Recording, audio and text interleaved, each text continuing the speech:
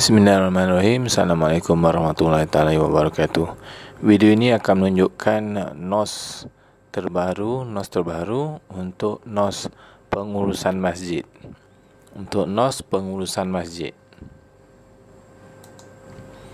Sumber NOS ini boleh didapati daripada laman web MySpac. Boleh scan QR code tu ataupun boleh klik di deskripsi di bawah. Untuk pengurusan masjid, terdapat 5 NOS baru. Ni NOS tahun 2022. Bermula daripada NOS tahap 1, tahap 2 sehingga tahap 5. Untuk NOS tahap 1, kod NOS-nya adalah 081- bukan kosong O841-003-1 tahun 2022. Tajuk NOS pengoperasian masjid. Ini untuk SKM tahap 1. Untuk NOS pengurusan masjid tahap 2, kod NOS-nya adalah O841-003-2 tahun 2022. Tajuk NOS penyelarasan operasi masjid. Yang ini adalah NOS untuk SKM tahap 2. Untuk pengurusan masjid tahap 3, kod NOS-nya adalah O841-003-3 tahun 2022. Tajuk NOS-nya adalah penyeliaan operasi masjid. Yang ini adalah SKM tahap 3. Untuk kod NOS pengurusan masjid tahap 4, kod NOS-nya adalah O841-003-4 tahun 2022. Tajuk NOS-nya adalah pentadbiran masjid. Dan ini adalah Diploma Kemahiran Malaysia tahap 4. Dan NOS untuk tahap 5, untuk NOS pengurusan masjid, kod NOS-nya adalah O841-003-5 tahun 2022. Yang ini tajuk NOS-nya adalah pengurusan masjid. NOS ini adalah untuk NOS tahap 5 Diploma Lanjutan Kemahiran Malaysia.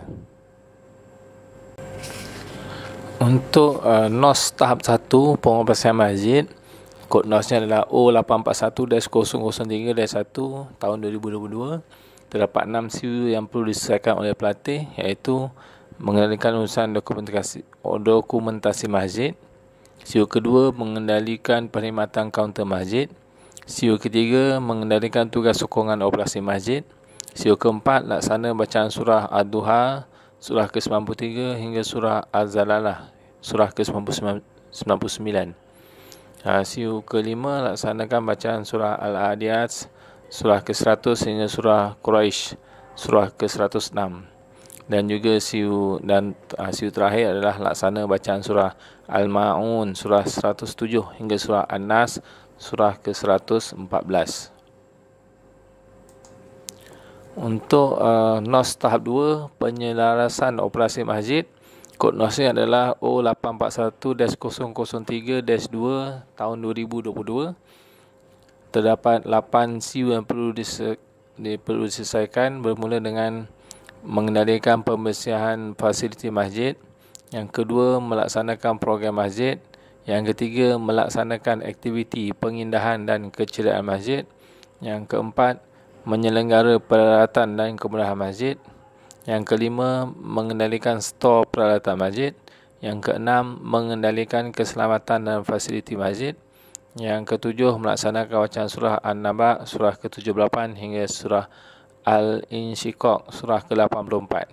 Dan CU ke-8, melaksanakan bacaan surah Al-Buruj, surah ke-85 hingga surah Al-Lail, iaitu surah ke-92. Untuk tahap 3, penyeliaan operasi masjid, kod NOS-nya adalah O841-003-3 tahun 2022. Terdapat 6 CU yang perlu diselesaikan. Yang pertama, mengendalikan tugas muazzin. Yang kedua, melaksanakan bacaan surah Al-Sajadah, surah ke-32 dan surah hingga surah Al-Insan, surah ke-76. Melaksanakan program asas Fardhu Ain. Mengendalikan pengurusan jenazah. Dan CU ke-5, melaksanakan tugas pengendalian teknologi maklumat. Dan CU ke-6, melaksanakan pengimarahan masjid.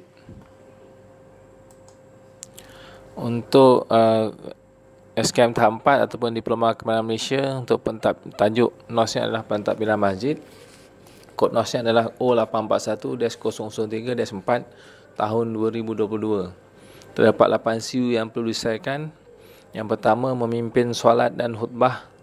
Yang kedua, laksana hafasan Al-Quran. Yang ketiga, urus program pengimarahan masjid. Yang keempat, urus operasi masjid. Yang kelima, mengurus program kebajikan masjid. Yang keenam, mengurus program amal ma'ruf nahi munkar. Yang ketujuh, melaksanakan penyampaian kuliah fiqh. Dan yang ke-8, melaksanakan pengajaran Al-Quran dan tajwid.